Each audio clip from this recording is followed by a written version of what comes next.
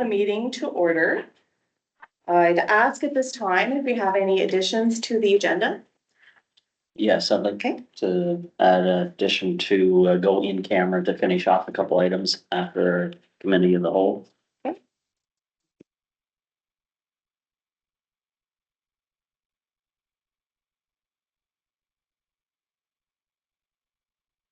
Okay, any other additions?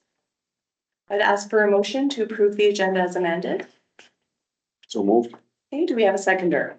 Seconded. Okay, it's been moved and seconded. All those in favor, please signify by saying yes. Yes. Any opposed? Agenda is approved as amended. So it's a really exciting evening because we do have a few presentations here this evening. So we will start with a acknowledgement to celebrate Luke McTonnell. So I think we all know who he is, but maybe you can stand up so we can further embarrass you publicly. You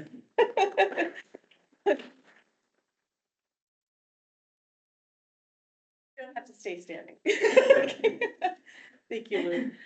So as mayor of the town of Port Hawkesbury, I would love to extend heartfelt congratulations on behalf of our entire council to local athlete Luke McTonnell on his outstanding achievement of winning a gold medal at the 2026 International Cheer Union World Cheerleading Championship. World Championship. That is absolutely incredible. Thank you for putting Port Hawkesbury on the map globally. That is incredible. I think we need to clap for that again.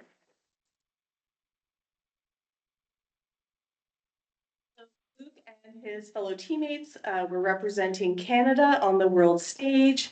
Luke demonstrated exceptional athleticism, dedication, and teamwork while competing against some of the best cheerleading athletes from around the globe. We just happen to have one of the world-class cheerleading athletes right here in our town. His success is a testament to the hard work, perseverance, and commitment required to excel at the highest level of international competition. Luke's accomplishment is a source of great pride, not only to our council, but to our community. And it serves as an inspiration to aspiring athletes throughout Port Hawkesbury and beyond. So on behalf of council, and before I say that, I feel like we have to thank the parents too, right? Because usually those athletes stand on the shoulders of also dedicated parents who, you know, they want to see you succeed. So I think we should acknowledge the parents as well.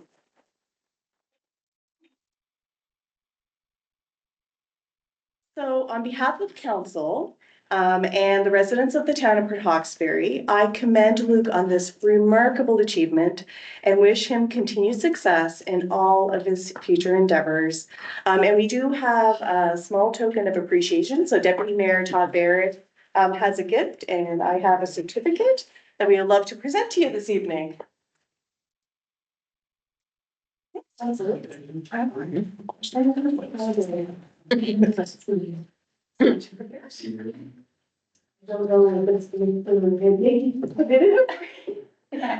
it be better to take a picture over here? Feel free to come up to parents if you want to take for the picture. Oh, you're not a little kid. That's okay. Yes.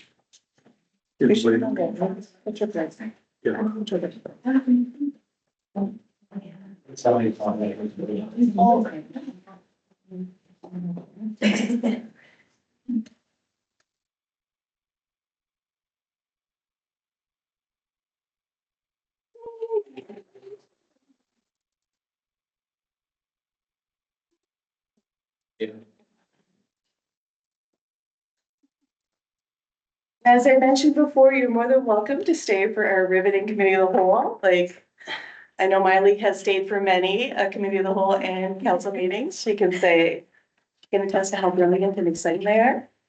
And here's just some photos.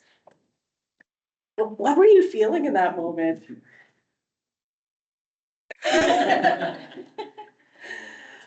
Like you're just like, oh, like we don't want to do the commentary. What could he have been thinking in these photos? But oh my gosh, it must have been surreal.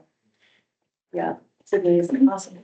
Yeah, that's a cool picture. We'll end on a cool note. He was determined, you were determined before you left. He told me he was gonna get to go. That's He awesome. got it. That's absolutely awesome. No, we're so proud of you, Luke. Thank you. Yeah, we're happy that you came tonight to hang out with us. And we do have another lovely acknowledgement to make this evening as well. So our very own Paula Davis, who's worked for quite some time with the town of Port Hawkesbury. And she's been the recent recipient of the Grace Annie Lockhart pin. And anyway, if council will allow, I would love to read a little bit of why she received the accolades and acknowledgement that she did. So Paula Davis has spent more than 4 decades strengthening the cultural, recreational, and civic life of her home community, demonstrating how one determined individual can shape the vitality of an entire community. At every opportunity, Paula took initiative, both as an employee at the town of Port Hawkesbury and as a community volunteer. Paula became known locally as someone who turns ideas into reality. She has helped lead projects and initiatives that bring people together and create lasting opportunities for residents and visitors alike. A tireless community builder during her career in the town of just 3,500 people that consistently punches above its weight. Paula has helped attract and organize major national, international sporting and cultural events, including NHL training camps, international hockey games, and multiple Grand Slam curling championships. She was also an early champion of the Port Hawkesbury Civic Center, advocating for performance spaces, art programming, and recreational facilities that now serves the entire region. And I do believe that Melissa just has a short video that I would love, were you able to get into play? That kind of highlights further why Paula was in the way that she was.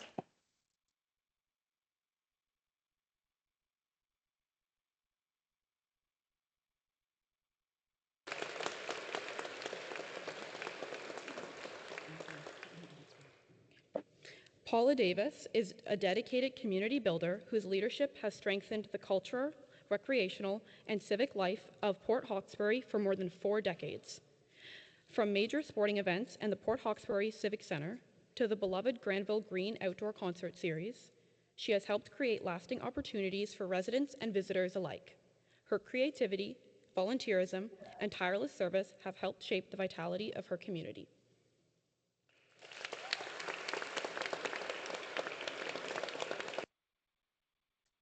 So we will have to celebrate Paula's accomplishment vicariously without her presence. But yeah, she's fantastic. And what wasn't mentioned is that she continues to volunteer for the town of Port Hawkesbury. She sits on our community development committee. She represents the town at the Destination Cape Breton Association. And she also is part of the Trails Association, I believe. Yes, And also the art gallery still? absolutely. Oh my God, there's probably more I'm missing. Sports Wall of Fame. Sports ball. And And Grover, yes, local Yes. club. yes. Oh my gosh. So she's just like a force to be reckoned with. Are you taking notes, Luke? So it would be my recommendation that we send a letter of congratulations to Paula on behalf of council. And maybe promote the fact that she was celebrated in this way on our social media and on our website. If council would be willing to take those actions. Absolutely. Yes. Okay. And I guess we'll through consensus, we'll ask staff if they can assist us with those directions. Fantastic. And Upland Court for the Tamarack subdivision, do we have Paul that's? Well, hold on. Yep, I'm on the video call. Thank you very much. Good evening, Mayor. Good evening to council and staff. I have the pleasure to present today on a project that we've been working with the town on for, well, for a good chunk of the last year. And maybe before I start, could somebody tell me how much time do I approximately have for this presentation? Sure, about 10 minutes with a couple of minutes for Q&A, if that Okay, works. sounds good. All right, so I'll try to keep it swift. Okay, next slide, please. So, this project is happening in the context of course, the topic that concerns Canada coast to coast to coast at the moment, housing, and especially affordable housing, how to generate more of it. And for those of you that already have been in the last period on council, you may remember the 2023 municipal housing needs assessment that was done province-wide for every municipality, including the town of Port Hawkesbury. It identified a shortage of 235 units at that time. The population of the town has grown since then. So yeah, there is. The study back then said that you need to create approximately about 25 to 50 units per year just to keep pace with the increasing demand of housing. Now that is the current situation under what the housing demand is like right now, but it would be still very different if, for instance, a larger industrial project came to the area. So the town needs to have a plan on how to accommodate such a population growth in that case in particular, but even for the current situation, it's important to have a plan for growth. And a huge asset that the town has in that sense are lands that are owned by the town around this intersection that is just visible on the slide right now, the corner of Tamarack Drive and Spruce Street. So we have helped the town to investigate how could this area be potentially developed. So next slide. And one more. Okay, so this is the boundary of the study area that we've been looking at. So with basically the intersection of Tamarack Drive and Spruce Street in the very center of it all. It's a great location because it's in walking distance of grocery stores. It has a school right within that boundary, and it's about 220 acres of land that we've been studying here. Next slide. And this is the distribution of the ownership within that area. So the town of Port Hawkesbury actually owns incredible 175 acres of land in that area. A lot of municipalities would really envy the town for having that kind of land bank that could be used for a purpose such as housing. Next slide. This is the topography of the area. And you can see a little bit here why maybe the area has been developed the way, in the kind of shape and configuration that has occurred so far. The areas where the contour lines, these lines that show kind of the steps in going up in elevation, where they're the farthest apart, that's the most flat areas. And you can see that's kind of the areas where most of the development has already occurred. While Tamarack Drive itself runs along the foot of a ridge, which is important to consider. So I'll get back to that a little bit in the concept that we've been coming up with. So we didn't only look at elevation, but on the next slides, we also looked, for instance, the slope. So areas that are showing up here in yellow, orange, and red have fairly steep slopes and are generally not suitable for subdivision of larger areas. You can see particularly in the core of the kind of green forested area where also a lot of the trail system in the town core is located. There are a lot of hilly lands, undulating lands, which are not very good for development. At the same time, they're very big recreational assets. So in our concept, we try to stay away from those lands for redevelopment and focus mostly on the area around Tamarack Drive. Next slide. We analyzed There is a large report. This is obviously a shortened version of that report, but just a couple of highlights. We looked, for instance, on the remotely scanned wetness index of the area to identify pockets of lands that most likely contain wetlands or have stormwater issues, and planned also the development of subdivisions around that. Next slide. So when thinking about developing new areas for housing, it's also good to look at the infrastructure. Here we just looked briefly at active transportation infrastructure. The sidewalk coming from Trunk 4 ends around the Tamarack Education Center right now. And then the main active transportation feature through the areas is the trail system right now. So there is definitely some work to be done in that area to activate the area for housing. Next slide. Water is already looped through Tamarack Drive and Spruce Street, which is good to know. However, on the next slide, you can see the water and sewer. That still ends at the regional at the Tamarack Education Center, and on the other side, where the development ends on Spruce Street. So that's something that would still need to be looped through in order to enable development. Next slide. Stormwater. The undeveloped portions of Tamarack Drive and Spruce Street have open ditches. The areas surrounding to it already have closed underground stormwater. Next slide. Okay, so yeah, the interesting part is when we were developing the concept for what the area could look like in terms of development and subdivision, we always had an eye on the current planning rules and how those could be amended without creating too much interference into the planning system the way it works in Port Hawkesbury right now. But yeah, first things first, let's have a quick look at the composition right now. So on the kind of northwestern side of our study area, most of the lands are zoned R1. That's one of the predominant zones. So that's basically zoned for single family housing right now, single detached homes.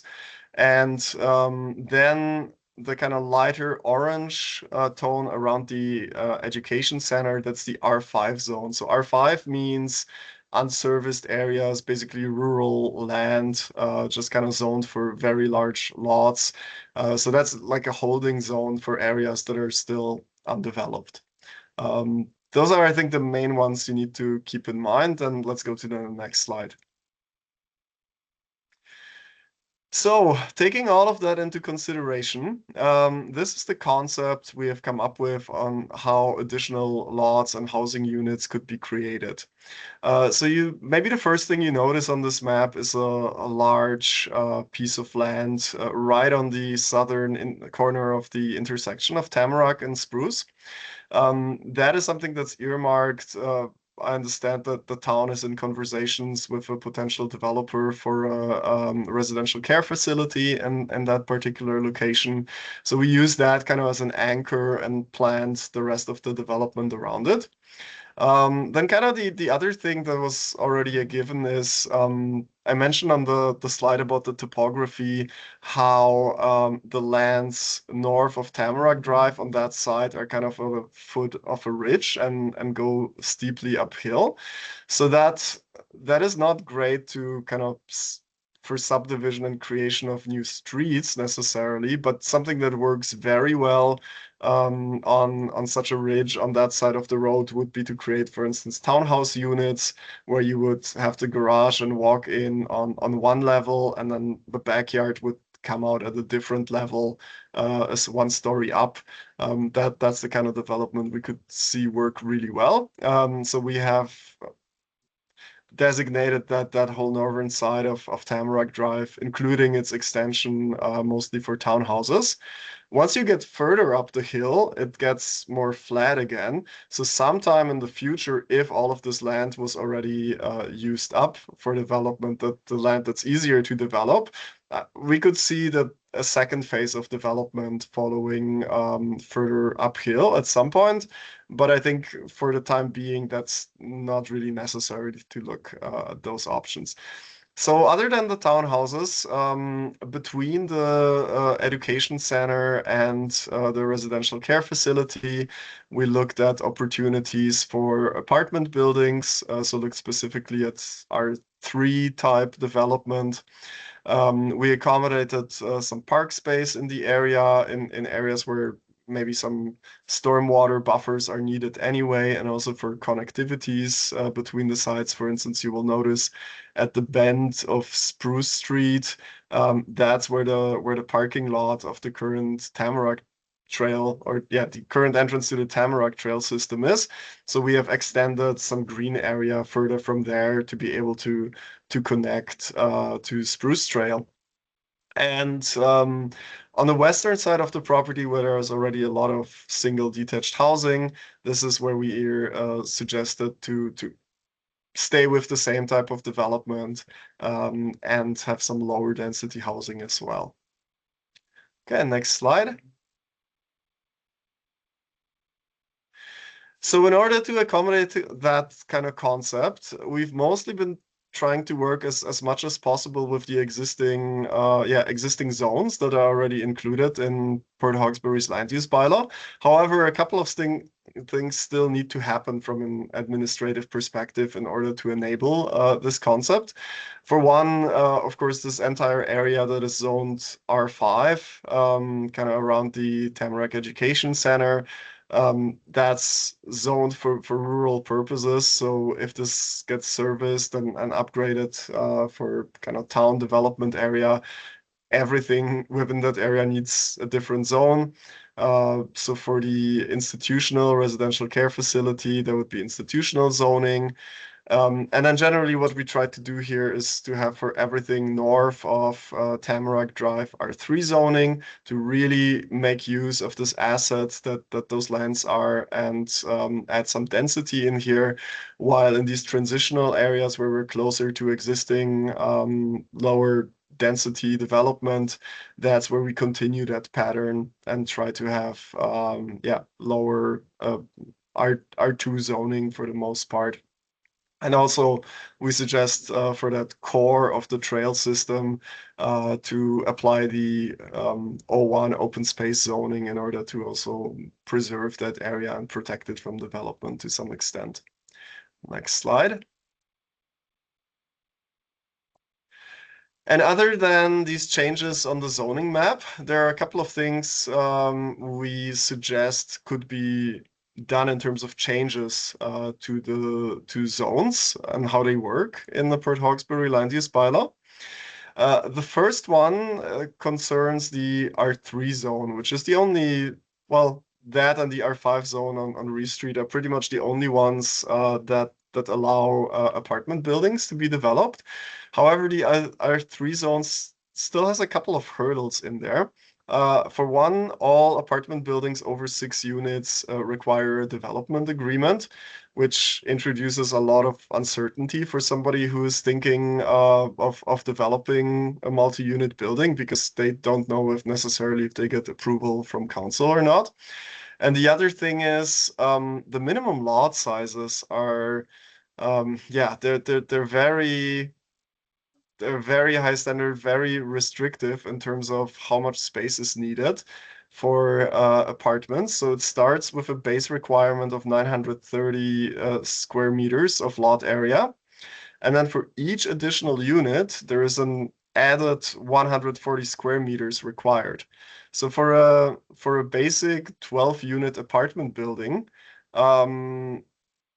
that results in a lot size requirement of over 2,000 square meters or 22,065 square feet, which is, probably a lot of apartment buildings within the town that currently exist wouldn't necessarily comply with that requirement.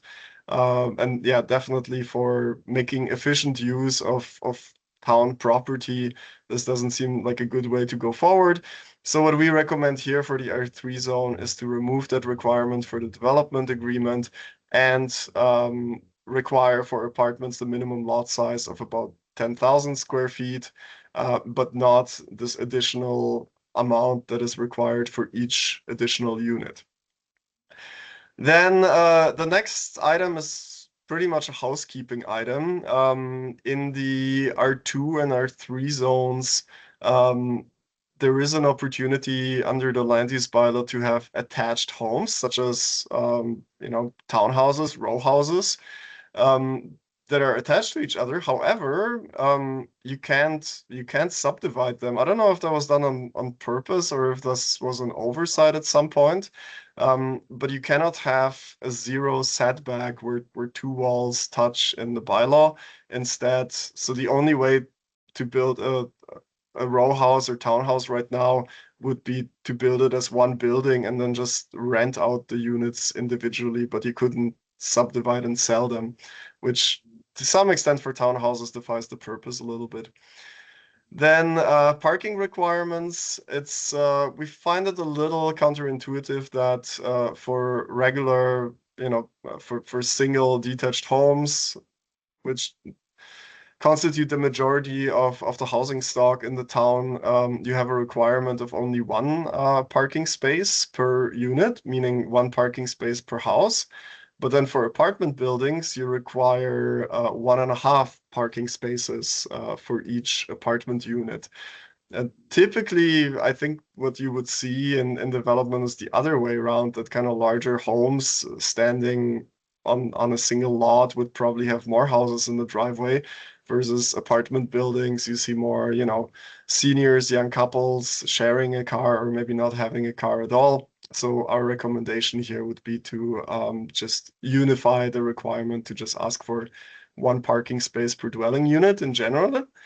And also in the R2 zone, we find the requirement of 930 square meters per lot a little too high, and suggest to reduce that to 700 square meters. So these are basically the 4 things in addition to the map amendments that would need to happen in order to enable the concept that we have drawn on the map. And that wraps up the presentation, and I'm on standby for questions. Thank you so much for that very concise and very clear presentation. We'll open up the floor for any questions from council. And did you want to start? I'd like to see the full report. It's obviously, housing development is important to growing the town, so it's, having some direction in that, totally. It's gonna involve some zoning, so I'd like to look at it in a little more detail. Absolutely. Any other questions or comments? One very quick question, Your Worship. Paul, if you could just tell me, given the topography, the zoning, the trail, land designated for trail, what's the maximum units that could be constructed in there, given those parameters, the zoning, the carving out for park and the topography? I'd have to check on that number. I remember there was some back and forth estimate for a funding application that the town has done about a year ago, but I don't remember that number. So this is something we could easily supply. Thank you. Thanks for that, Paul. Any other questions? And maybe I would just see if Terry, if there's anything you'd like to add. No, I just say this is a really important piece of work for us. If we want to look to the future, we have to plan ahead and see what is available for housing. I think Uplands has done a very good job in helping us through that process, identifying unused property right now. We noticed that that piece of road is not serviced by sewer, but we're in the process of putting sewer on that pathway, or up to at least the property that's been designated for the nursing home. That's moving ahead. This will be good work for the planning committee, for a PAC, but also tie into growing Port Hawkesbury and and the development committee as well in understanding what's going on there. Anyway, thank you to Paul and staff at Uplands. Thank you so much, Paul, and, Thank you. yeah. I'm sure maybe we'll be chatting with you again, maybe in the near future as this plan progresses. Excellent. Thank Okay. you very much. All right, so we'll move now to council reports on assigned committees. Perhaps we'll start with Deputy Mayor Barrett. May 28th, met with members of the Grow Roxbury Committee. June the 1st, I met with official from the Canadian Coast Guard. June the 2nd, met with At Home Housing Association representative. June the 3rd, chaired the Grow Roxbury Committee. June the 9th, attended a joint police advisory committee. June 11th, attended a virtual meeting with the with an economic development opportunity. June 11th, attended a virtual meeting with the Cape Breton South recruiting for healthcare. And June the 12th, met with committee members of the Grow Roxbury regarding defense build-out opportunities. Thank you very much, Deputy Mayor. We'll move over to Councilor Hurd. So we'll start with May 6th, as from the foundation of our Yarmouth FCM conference. We met with community development, where we were inspired by Yarmouth's community in bloom, and invited David Solos to present and explain through our community development the start of the foundation to beautify our community. May 8th was Strait Area Transit. May 21 was State of the Strait. May 28 was, I actually met with CAO and Michelle concerning ideas from community development, which will lead into tonight. June 3 to 8, the mayor and I attended the FCM in Edmonton. June 9th was police advisory, and June 10th was chair community development. Thank you. Okay. Thank you very much, Councilor Hurd. Councilor Corey. Yes, your worship, May 6th,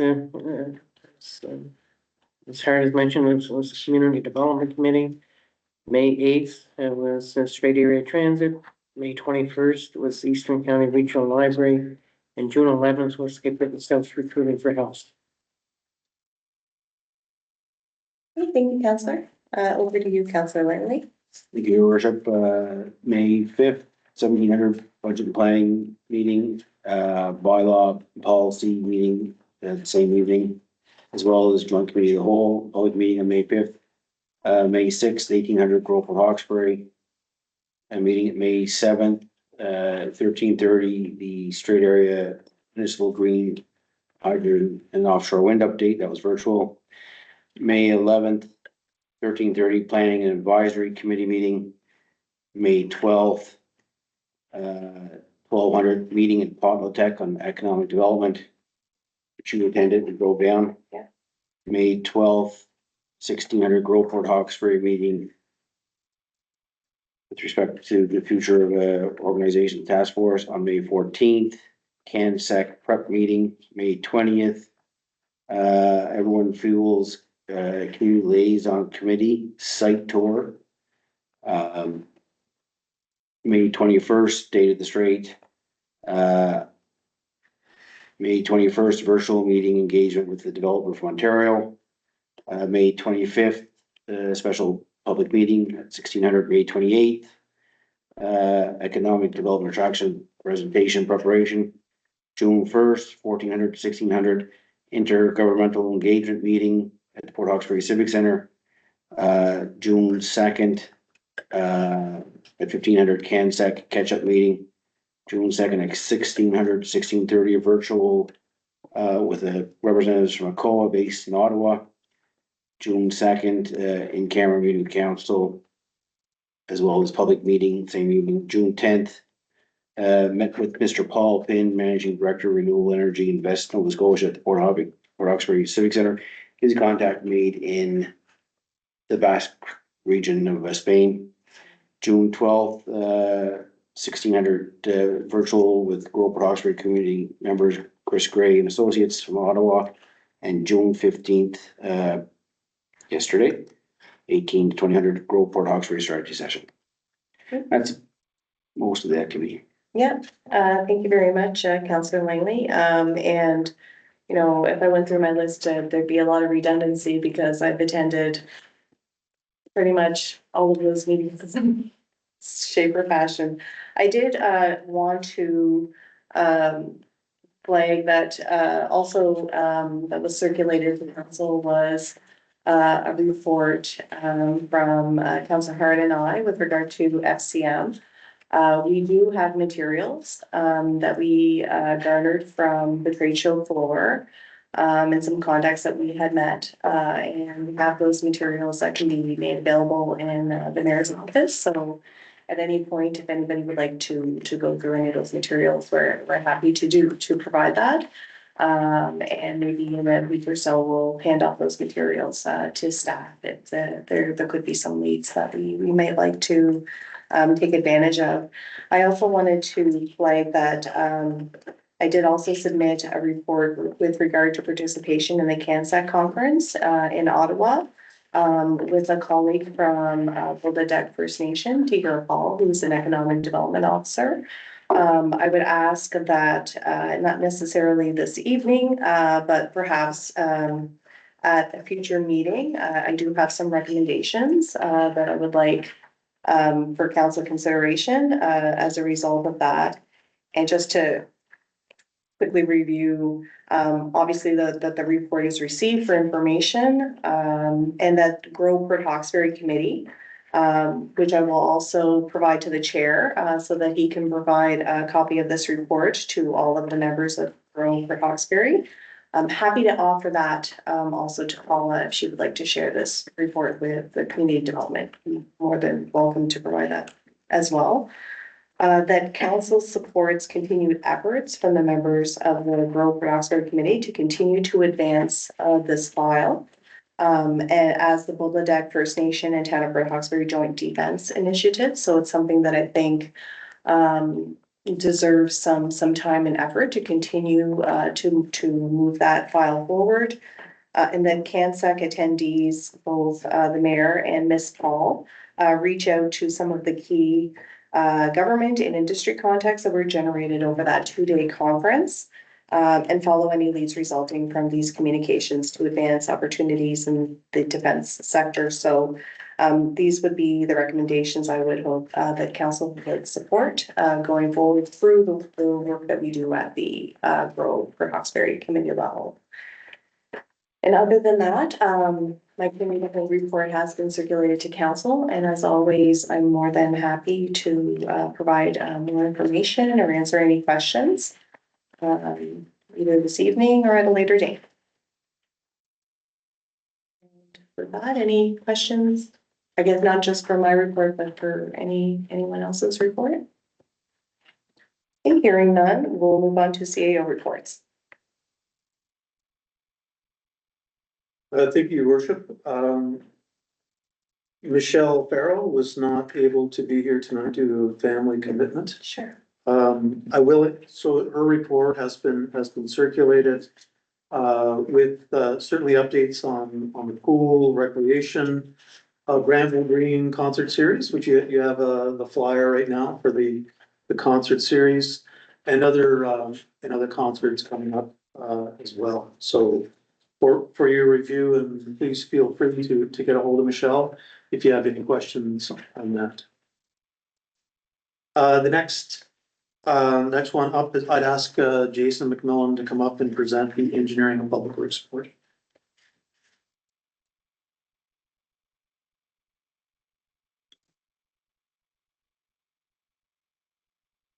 Thank you, Mr. Doyle, through you, Your Worship. Been a bit of time since I've done this in front of council. Sajin sends regrets. He couldn't be here this evening. I'm happy to present the report that we put most of the work into preparing for council.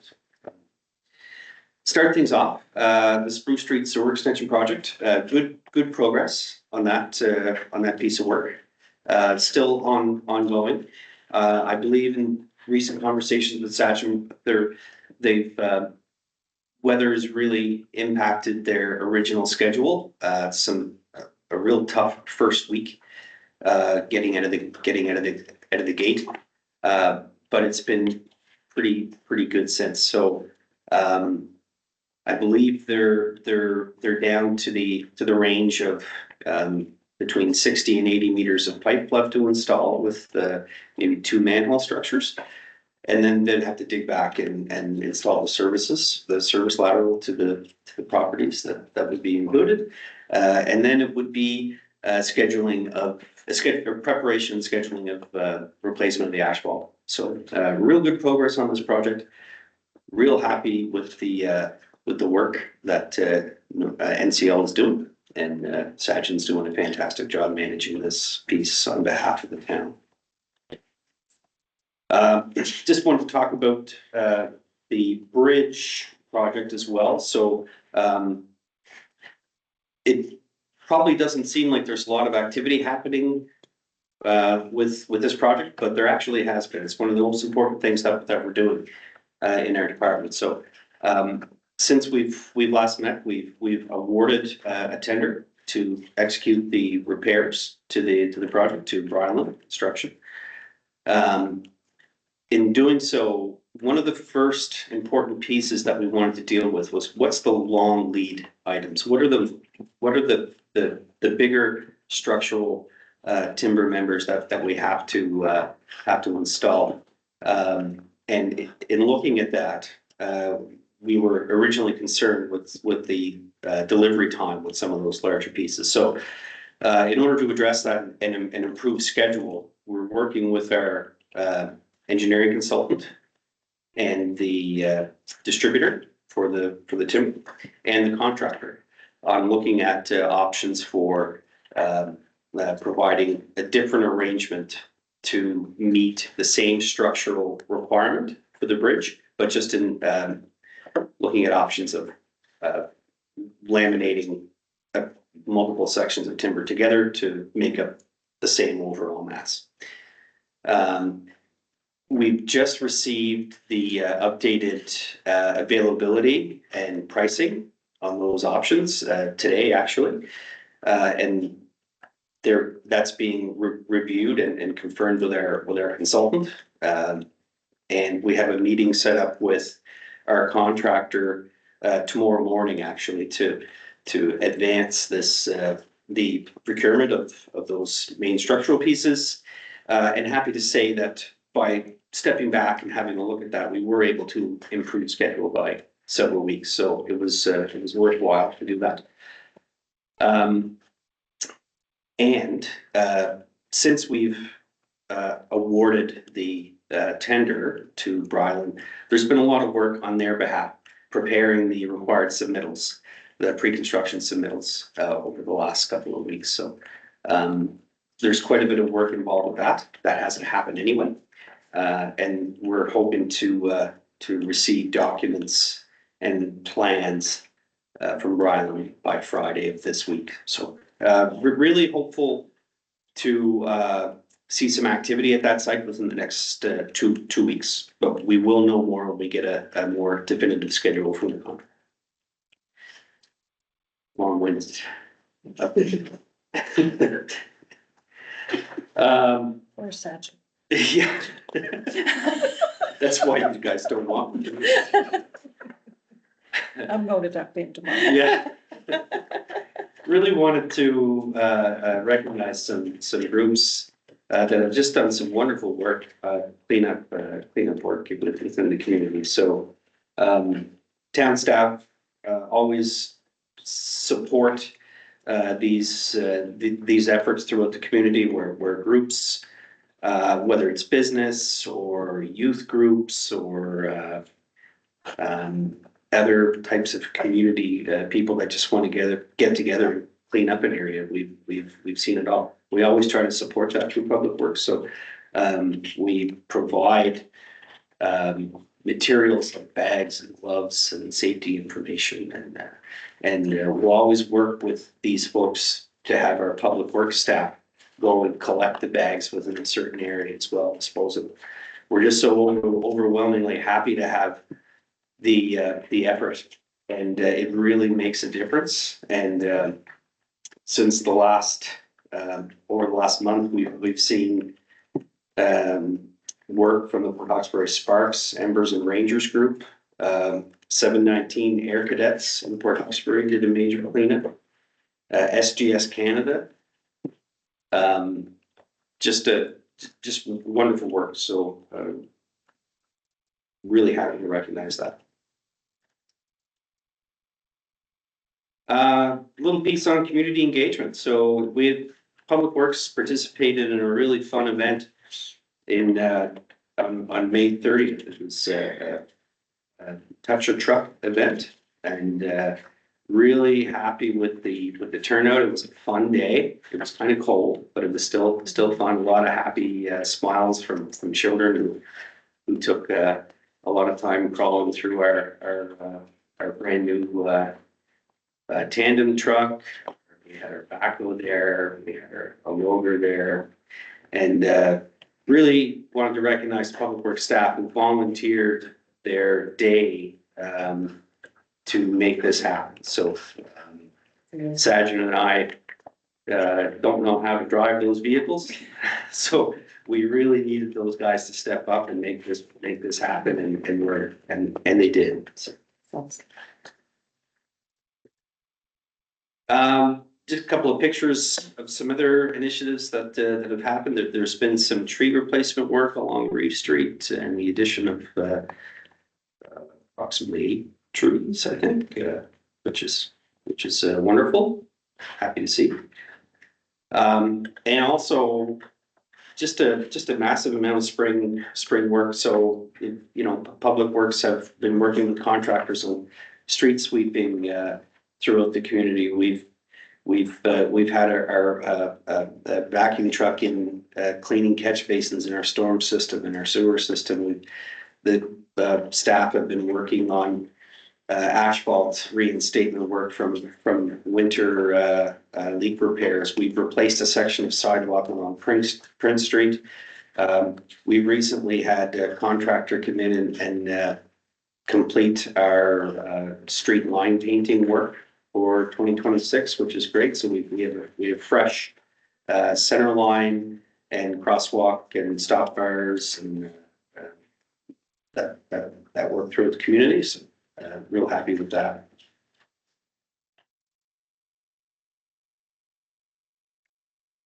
And with that, I will take any questions from council. Any questions for Jason? No, it was great to see the youth, helping with the cleanup and, helps give ownership of the town. It's great to see. Recognize that Filipino Society one. Yeah, Nice that step. was- Yeah. It's May 23rd, they conducted the waterfront area of Filipino Society. Right. And I missed that one. Yeah, Sorry. I think, no, that's okay. I think they, we got you.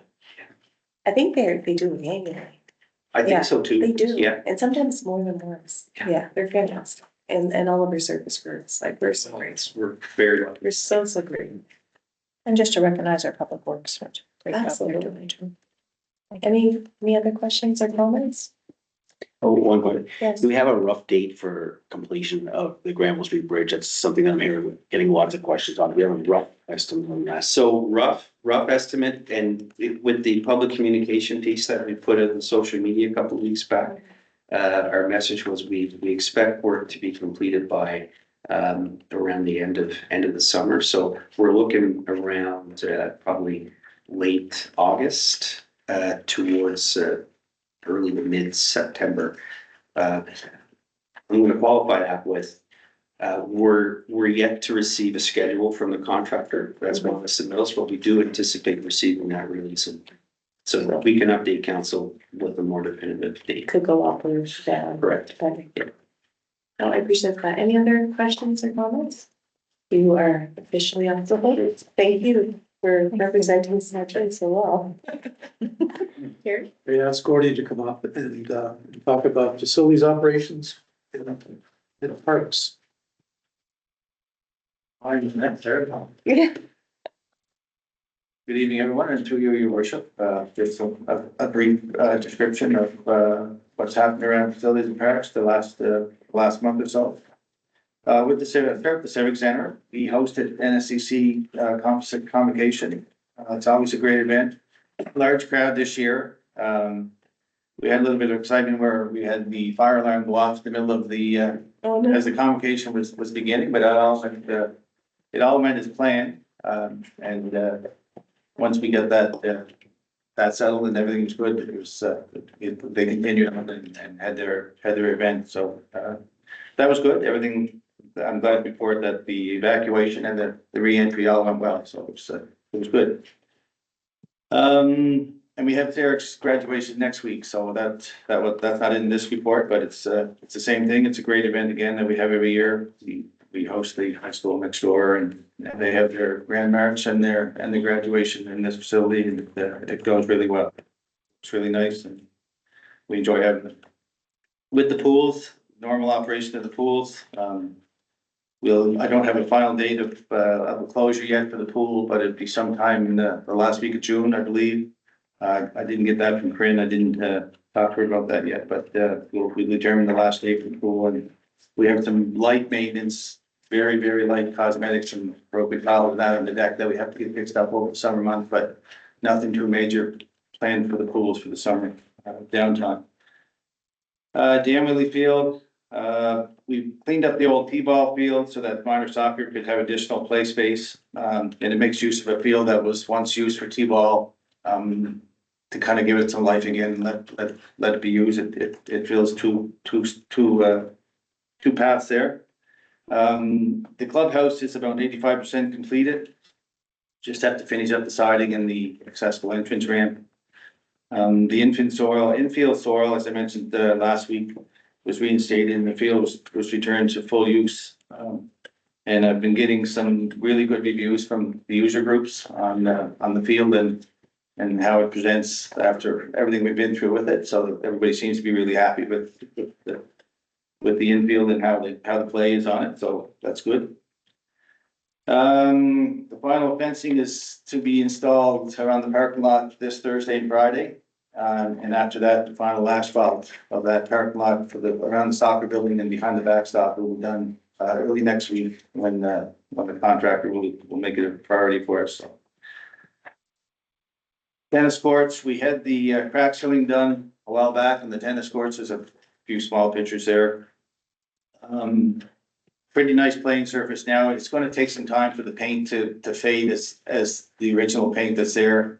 So it looks a little off right now, but they guarantee me that paint will fade over a few months of the sun to match everything that's there. So, but it looks really good. There's very, very, very limited chance of any type of injury there now. Pretty much none. We've done everything we could find and it's a good play. It's a great playing surface. Yeah, so we're glad to have that done. The nets are back up and the courts are in full service. The fire hall, that project continues. It's moving along pretty good. Most of the mechanical components are installed and being tested this week and being commissioned. The one last thing is a few electrical connections to the larger heat pumps, the space heaters in the bay areas and the boiler, the electric propane boiler. So.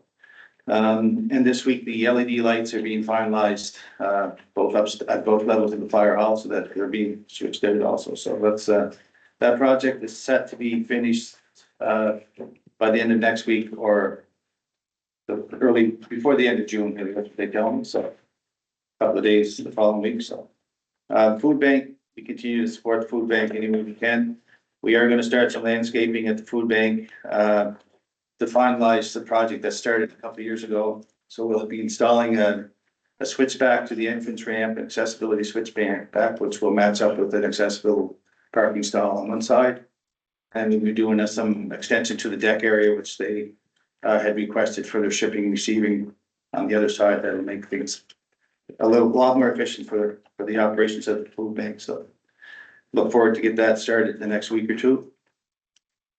The airport, excuse me, Stantec has issued a plan for discussion on the asphalt deficiencies. That's being reviewed by the contractor. And we'll probably sit down with them the next week or two to see what their plan is to take care of those deficiencies.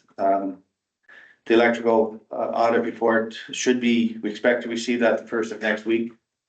There's some components that, because of their age, we can't even get a replacement cost on them right now. We might have to look at something different, but the consulting engineer tells me that he should have everything in place and something to us by mid next week, so we'll have something to report back. Deficiencies on the asphalt is on one of the aprons. The aprons and the taxiway, yeah. Thank you.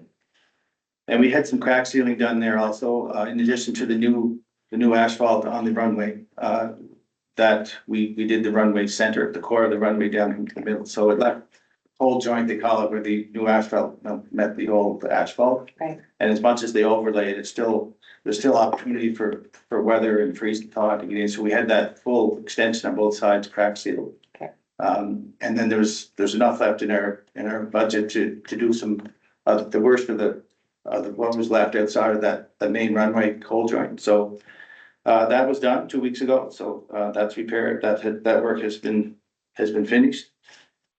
The IDEA committee.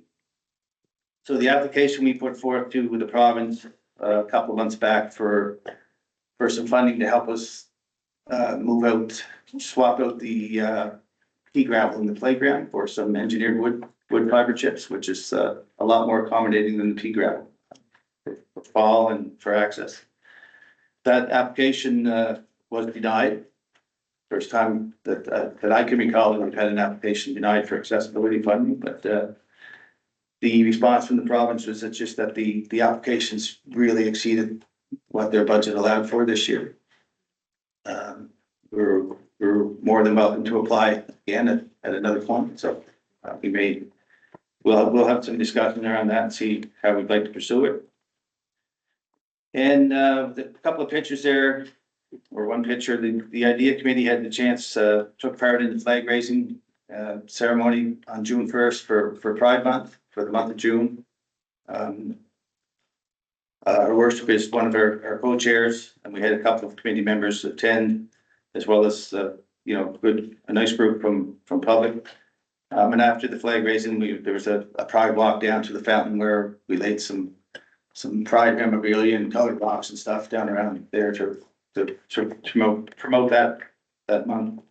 We also, as a committee, met yesterday afternoon and took part in a rock painting initiative with the community. It was a small group, but it's just to further support that pride initiative and to support inclusion in our community. So that's not on the report, but that did take place yesterday.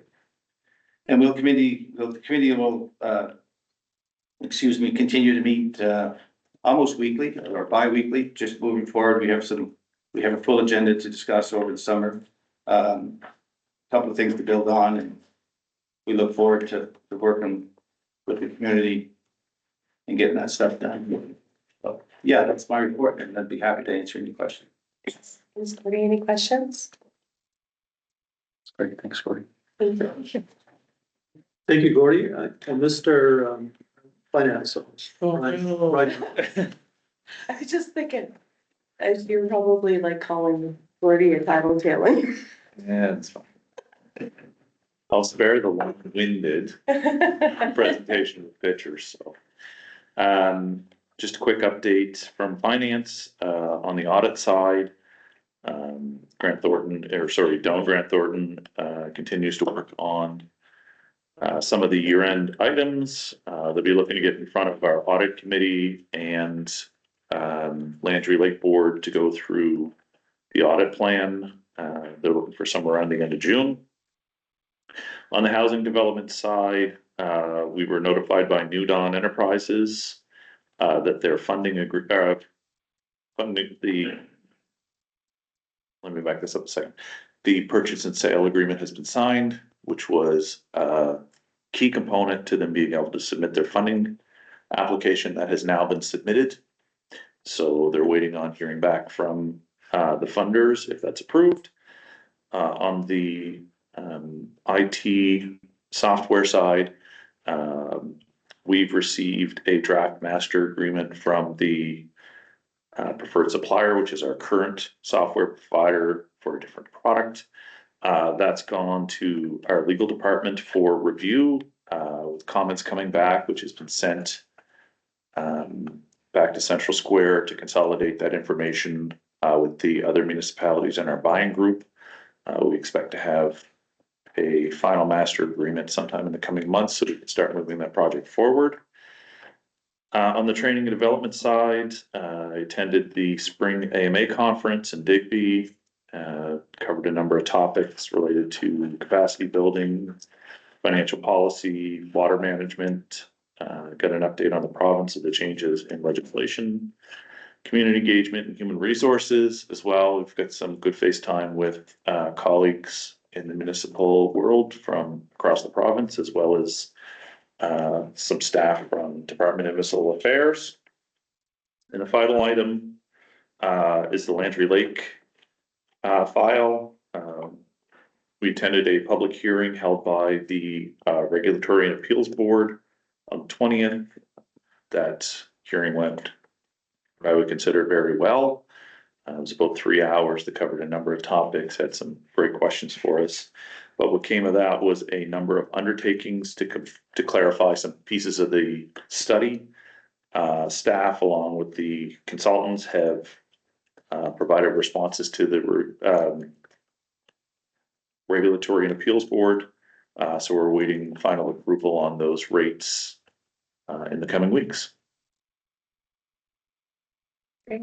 Thank you. Any questions? One comment, please. Sure. I didn't put it in my report. I did attend a little bit of that hearing that Mr. Luciano referred to. For the Utilities Review Board, and all staff represented us very well. Their questions were fulsome, thorough. You were under the gun, and then the staff did very well. My opinion. And I guess before we conclude staff reports, and I know Michelle isn't here this evening, but just for the benefit of council, I hate putting Riley on the spot, but you can tell council a little bit about the youth survey that was recently shared. That's gonna be shared. Oh, you're gonna? Yeah. Is that on this? I will entertain. Okay, we'll pause that then. Thank you, Bob. So we'll move on to other business. And we have the intermunicipal agreement update, so over to Terry. Yeah, thank you, Mayor. I apologize for not getting this document out any sooner. We'll certainly share a copy of this, and we will send it out with the references. So we reference intermunicipal agreements. We can have copies of those contracts, that kind of thing. So hopefully this is a start of a process where we recognize the relationships, contracts, agreements that we have with the intention was Inverness, but this is probably bigger than just that one municipality. So first 3 items, actually 4 items on the spreadsheet are with respect to water and wastewater. So as we all know, our wastewater treatment facility is co-owned by the town of Roxbury and the municipality of the county of Inverness. The ownership is 80% town of Roxbury, 20% Inverness County. The maintenance costs are shared, 80% by the town, 20% by Inverness. Operation, management, and administration, 100% town of Roxbury. There is a joint governance committee identified in the intermunicipal agreement, but that has not been active in recent years, at least. The other part of that is the provision of treated water, specifically to Port Hastings area. So when that water treatment, when the wastewater plant was constructed, there was installation of water and wastewater lines in Port Hastings as well as part of that project. paid for by Inverness. So we provide water to the Port Hastings area through water distribution. That water distribution component is 100% owned by the County of Inverness and maintained by the County of Inverness.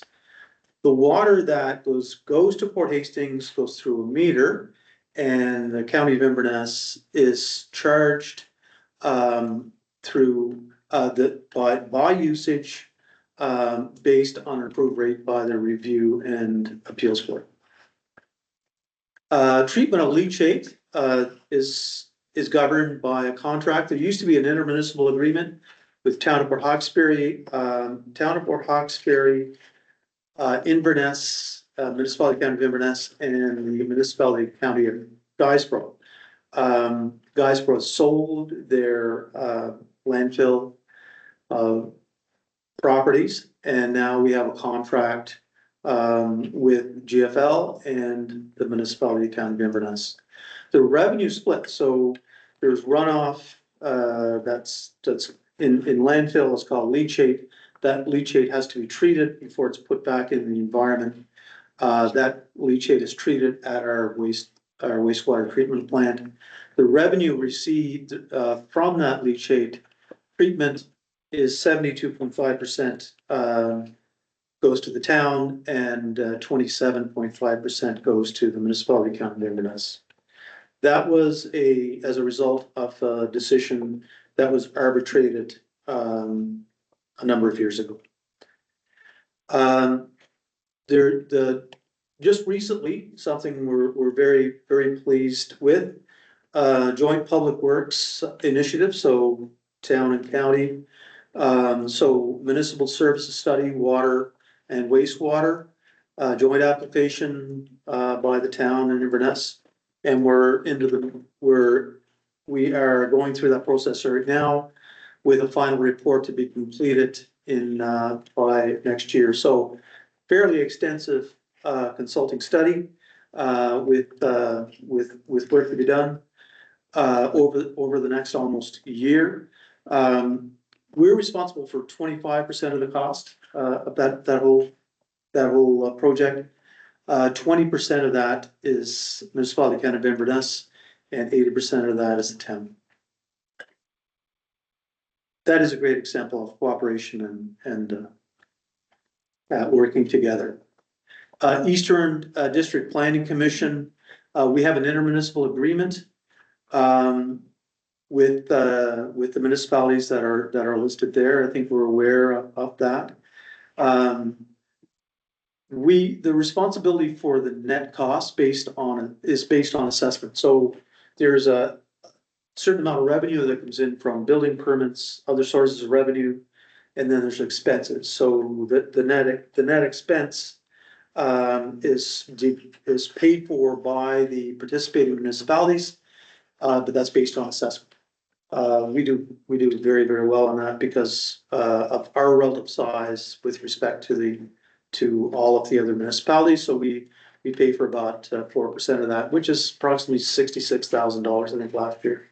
That changes year to year, but the percentage changes somewhat, but fairly consistent.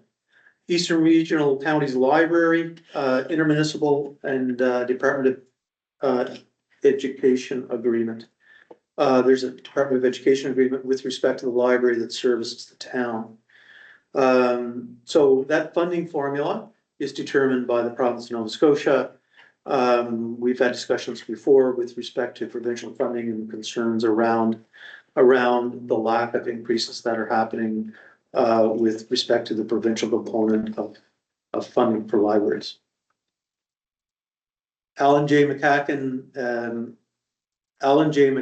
Airport Advisory Committee. So we have a terms of reference with the membership of that committee is 2 councillors, the mayor, warden are councillors from Port Hawkesbury, Richmond County, and Inverness counties. And with respect to cost sharing on that, budgets are set by the committee. So the budget for the Alan J. McCacken Airport is set by the committee. But the contribution, and there's an agreement on contributions, but the contributions are at the discretion of the individual councils. So there is a concern about, with that, with respect to the lack of agreed funding formula. That's ingrained in our terms of reference. The next one is straight area transit. There's special resolution bylaw, with respect to that. So, with respect to that, our contribution to straight area transit is relatively small in comparison to our other partners. But our ridership is also very, is significantly lower than the others as well. Straight IT group, just a phenomenal example of shared service. We have, there's an intermunicipal agreement that changes, and Brian can tell us more on this, but that's based on the amount of users and sites. And so there's a calculation based on that.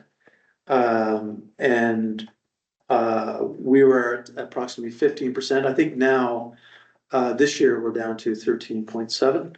So it's a very successful partnership, not only just funding wise, but with respect to the effectiveness of that committee and how well it serves us and other municipalities. Diamond Group intermunicipal agreement, really straightforward. We pay for the licensing that we use. Straight area chiefs, mayors, and wardens. There's terms of reference for the participating chief, mayors, and wardens in the straight region. Fire service mutual agreement. There's been a mutual agreement in place for decades. The majority of all fire departments within the straight region are signatories to that. Joint Police Advisory Committee, there's a requirement outlined in legislation. And in terms of reference, with respect to cost sharing of policing, councillors from each of the participating municipalities, Inverness, Port Hawkesbury, and Mulgrave. That committee is hosted by the municipality and county of Inverness. Regional Emergency Management Organization. We have an intermunicipal draft agreement. You've seen the draft agreement. That'll be coming shortly to you. It's going to be prepared actually within the next couple of weeks. It'll be finalized for review. We'll send that out and ask for feedback on that. But that's moving well. The competition for the hiring of an EMO manager for our district will happen next week. Straight area pool, there's no agreements in place. There's no agreement in place. Contributions are completely voluntary. There has been some concerns raised with respect to how we present data. And that's we call bathing load versus registrations. Brian has actually done work on that and has indicated, has translated that data into both registrations and bathing load. But the concern is that there's a continuously decreasing support from neighboring municipalities on that.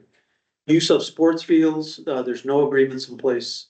There's no charges, either locally or to others.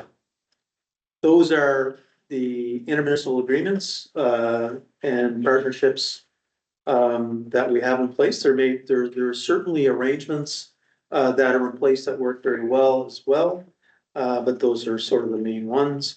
I'd be happy to, Melissa's going to send you a copy of this, and we'll give you links to the agreements and contracts as well, so that you can, we'll figure out a way to be able to share that, those large files with you, so you'll have access to them.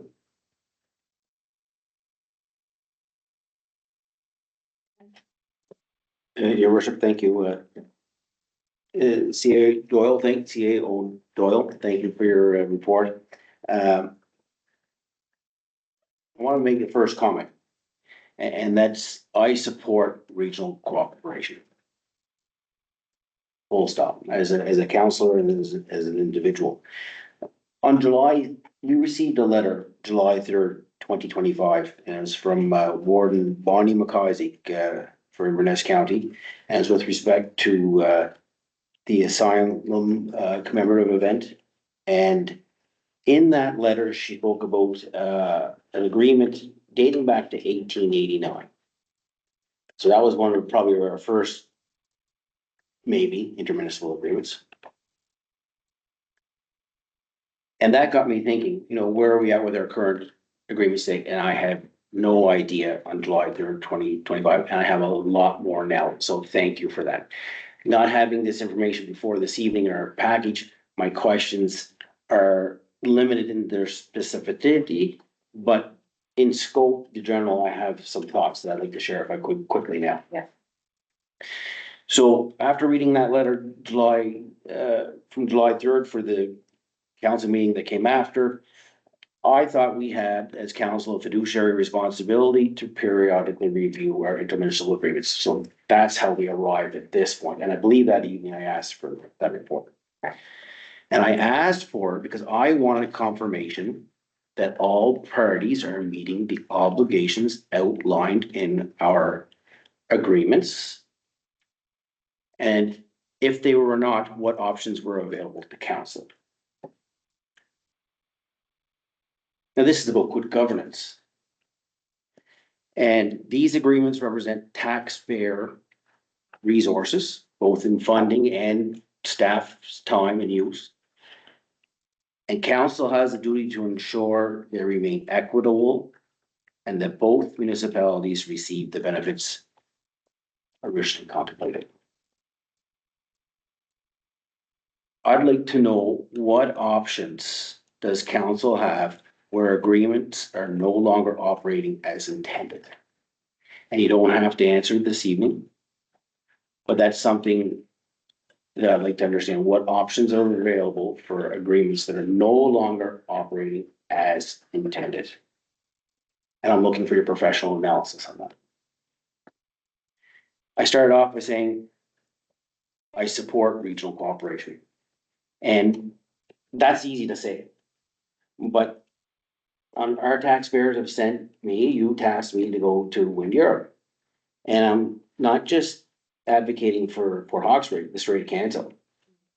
And where we all benefit. Richmond County and Mulgrave, and we all know, and Inverness County as well. But that I support regional cooperation to the extent that where it benefits all parties. And if however, cooperation requires cooperation from all parties. And if a partner is not meeting its financial commitments and not participating in governance, we have the responsibility to review the agreement and determine whether it remains in the best interest of Port Hawkesbury's taxpayers. And my goal is not for any kind of conflict. My goal is accountability and fairness to both municipalities that are in the agreement. And if there are errors to be corrected, I'm open to correcting those errors in the future. But the status quo for agreements that don't work, particularly around financial obligations and commitments, cannot continue. And I look forward to working through that. Thank you. Thank you, Councillor. Any other questions or comments? Okay, maybe we'll hear you if you want this. Just maybe a general, from Councillor Longley's comments. Sure. Just a point of clarification. I think I could be wrong, but I think where we have agreements in place, those agreements are being met. So if you look at that long list of, and there's a lot that we should be proud of. Absolutely. Of municipalities where not just us in Inverness, but others as well, Richmond County, Antigonish County, Gainsborough County at times. So there's a lot that we've done. So where the agreement's been put in place, where the conditions are clear, those conditions are being met. It's where we do not have agreements in place, or where the agreement, or we were not able to We were not, yeah, the terms of the agreements are being met. Either there's no agreement in place, or the agreement is such that it doesn't address the fiduciary responsibility of belonging to that partnership. So there's a number of those. For the most part, there's good intermunicipal agreements in place or contracts in place, and our obligations are being met, our partners' obligations are being met, and they've been extremely successful.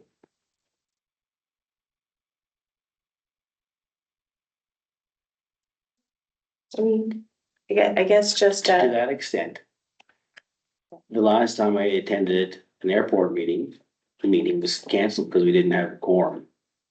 And there was other issues that were there that I'd like, so from that perspective, I'd like to see the governance agreement for that airport committee meeting.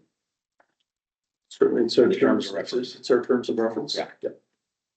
I guess in terms of moving forward, and I do believe that, there could be, future work, to better identify, partnerships that we may not have, historical documents that outline, I guess, rules of engagement or agreements in terms of some shared regional, facilities where the town holds the lead in good faith for the region.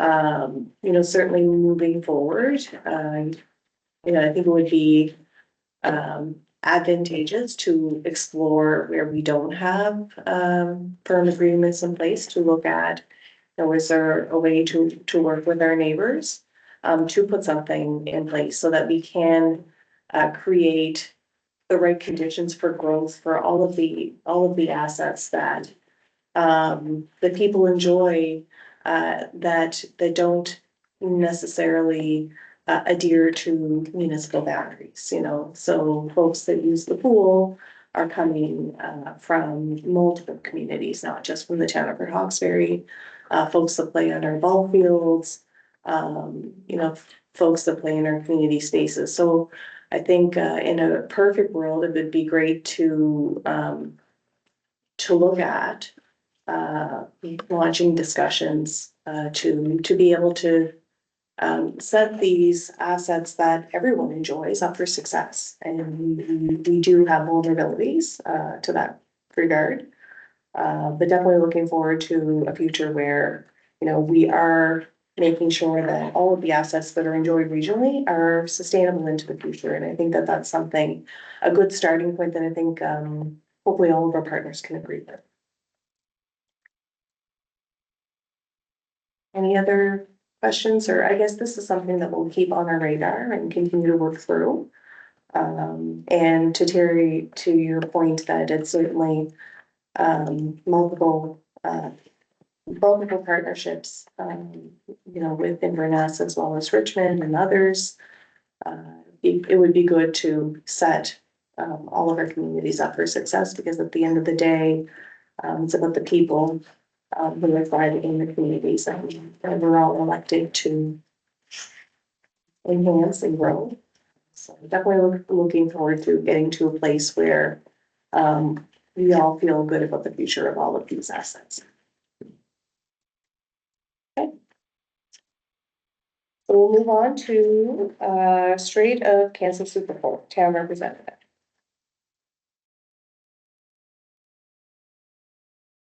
Yes, your worship, so we have a letter from the Superport Corporation, Strait of Canso Superport Corporation. And they are asking, it's with respect to our representative. Our representative is Neil Stewart, who has been serving the town of Port Hawkesbury on the Strait of Canso Superport Corporation Board. Mr. Stewart is completing his current term and is eligible for renomination. And they're requesting either we renominate Mr. Stewart, or we appoint or recommend an alternate at this, or another person to that position. So I just asked some direction from council as to, what action they would like to. No, absolutely. What's the wishes of council? Would we like to, remove? I would. Okay. So is there, if there's consensus with that, that's what we'll do. We'll have consensus to move forward with that decision. And if it needs to be ratified in our special public meeting, we can do so. Thank you. Okay, anything else on that item? Your worship, Mr. Guilfoyle was also asking us to consider nominating an alternate to represent. Sure. Oh, thank you. So I guess that'll be maybe step 2. So it's the first step will be to renominate. And then we can look at a process where maybe we can advertise for an alternate position. Or maybe reach out to some of our past town representatives to see if they may be interested in serving as an alternate. And then I believe Mr. Lewis is a former representative. I don't know. Ian, you may know others besides Mr. Lewis, but you know, and if there isn't any interest, maybe we can just advertise to see if there is general interest in the community. If council's open to that. I think if we had an opportunity to put an alternate, that'd be, to the benefit, there's some good candidates, out there that we contemplate. No, absolutely, and certainly flag it with some of our former representatives as well. Thank you for bringing that up. Yes. Okay. Anything else on that topic?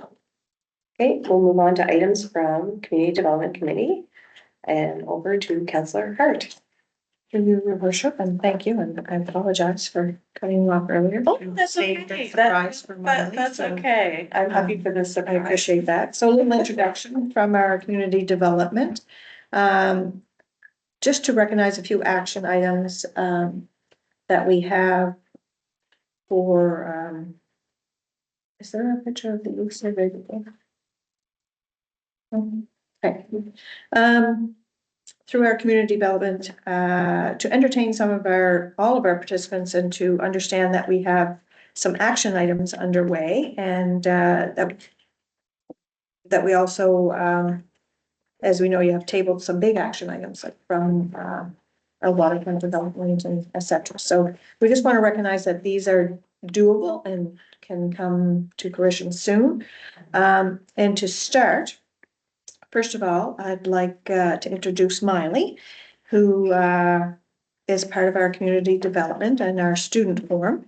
And first of all, I'd like to extend congratulations to Miley for graduating this year.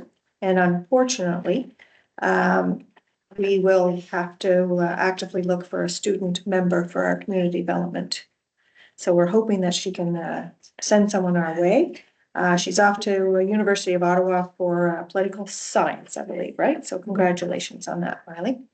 And I commend you and admire you as a working partner in community development. And with that, with your idea, would you like to speak about Town of Port Hawkesbury Youth Needs Survey? And I have stuff written here, but I know that you can deliver this very well, but better than me in a little more detail. So I'm going to give you a few minutes if you want to just go ahead and introduce it to council. Yeah, so over the last few months, as we met as a community development committee, we were kind of trying to figure out and observe what the youth needs were. And we had kind of come to a consensus that the best way to figure out what the youth were looking for was to ask them directly. So the creation of the survey is in digital form, and you can find it on the Town of Hawkesbury website, and it's also shared onto the Facebook page. And it's a very short survey inviting youth ages 12 to 30 to complete. And the information collected will help to shape any future programming initiatives and decisions made by you as council or town staff. And it collects information such as the activities youth are interested in, what opportunities they currently access, what barriers apply to them, and kind of what recreation needs exist within the community. Yeah, I believe that's it. I appreciate that. Thank you very much. It's basically just my outline. As a youth member of the community development she created the survey poll. I just want to recognize that in regarding programming, what the students and or young adults might be missing, and assembling information most requested. And as she said, you can find it on our website and Facebook, and we'll be promoting that this week.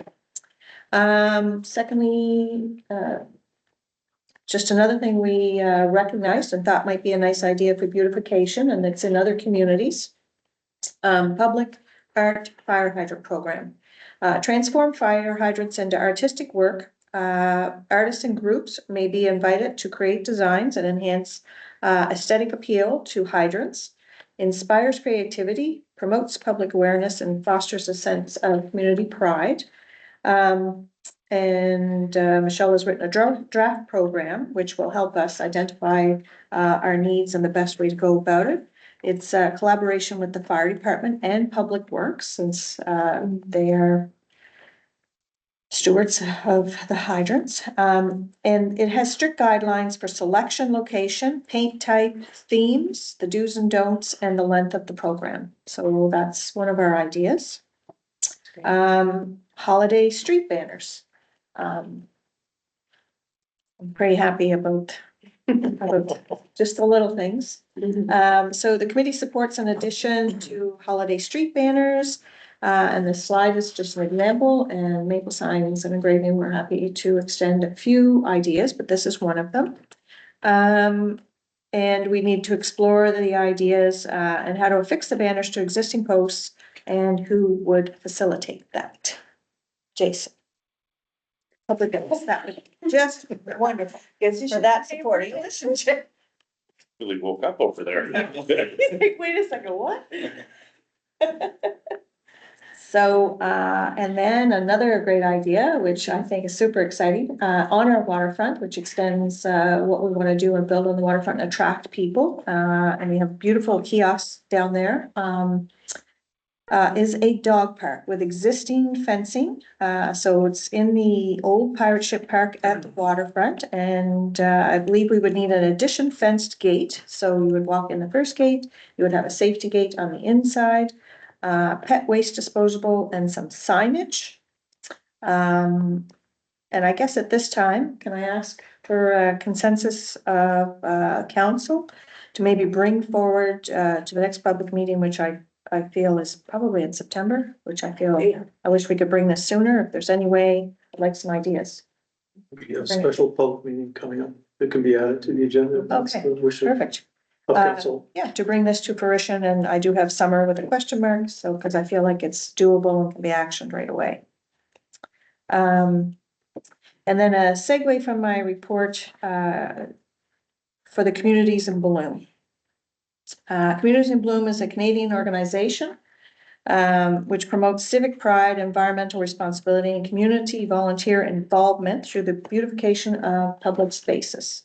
The program is completely volunteer driven and encourages communities to engage in various beautification projects, focusing on the use of regionally appropriate plants, landscaping, while promoting environmental stewardship and preservation of cultural heritage.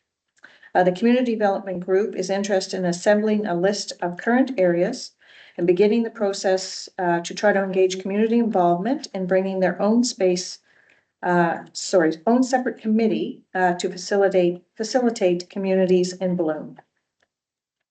And directly, I would like to personally thank Michelle for helping us with this, and to Terry on the slideshow. And Mylan, thank you very much. You'll be missed. So again, we're actively looking for a student to contribute to the community development. So thank you. That's fantastic. So maybe we'll just open up the floor if there's any questions or comments. Counselor. Your worship, just a question for our presenter. You're going to University of Ottawa, is that what I understand from Councillor Hart? Yes, that's correct. And do you know much about the parliamentary page program? I do, yes. Could you tell us a little bit about it? Yeah. I was hired in March as a parliamentary page at the House of Commons. Yay! Yeah, so that's where I'll continue my university studies and my professional career. Oh, that's wonderful, Ryan. And do you, could I ask you for a little job? Could you help Councillor Hart in recruitment for Yes, future, for your replacement? yes, 100%. And perhaps as a page, you can keep in touch with us. We'll be happy to know what the goings Most on. definitely, yes. And the only thing better than one replacement is two replacements. Yeah. Yeah, Thanks. in case you have friends that only come in pairs. Any other questions or comments? It's great work. No, absolutely. I think these are really exciting, easily actionable, add value, projects. And just thank you for your leadership on all of those, as well as Smiley's and from community development. And you're certainly, open to have you add, whichever, would help enable, these to move forward at our public meeting. Thank you. You're welcome. All right, so we do have, we don't have an additions item here. However, we will review our future meetings first and adjourn this committee of the whole. And then we will deal with our remaining in-camera items that we were unable to finish in the time that we had allotted. So our next public meeting, which is scheduled the first Tuesday of each month, is September 1st. And that does not include our special public meeting, which is occurring this evening, and a committee of the whole, which traditionally occurs on the third Tuesday of every month, which falls on September 15th.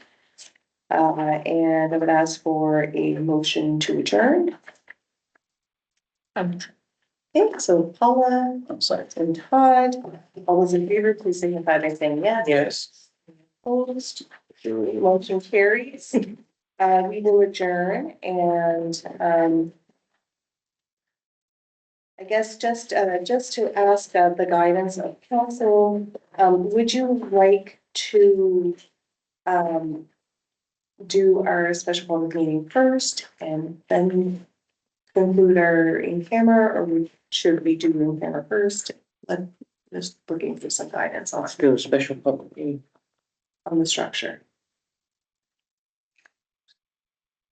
No. Consensus is, do we want to do, rather than go up and then come down again? Do we want to do special? I public don't meeting? think I got all my steps. You have to do a few more. Walk up. And we still gotta do 10 more floors before midnight tonight. It's up to council if we wanna lead our, Whatever makes sense.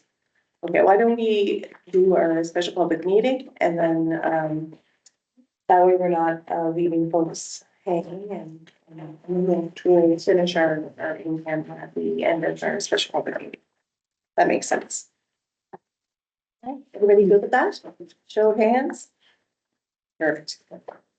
All right, so we'll call the meeting to order for our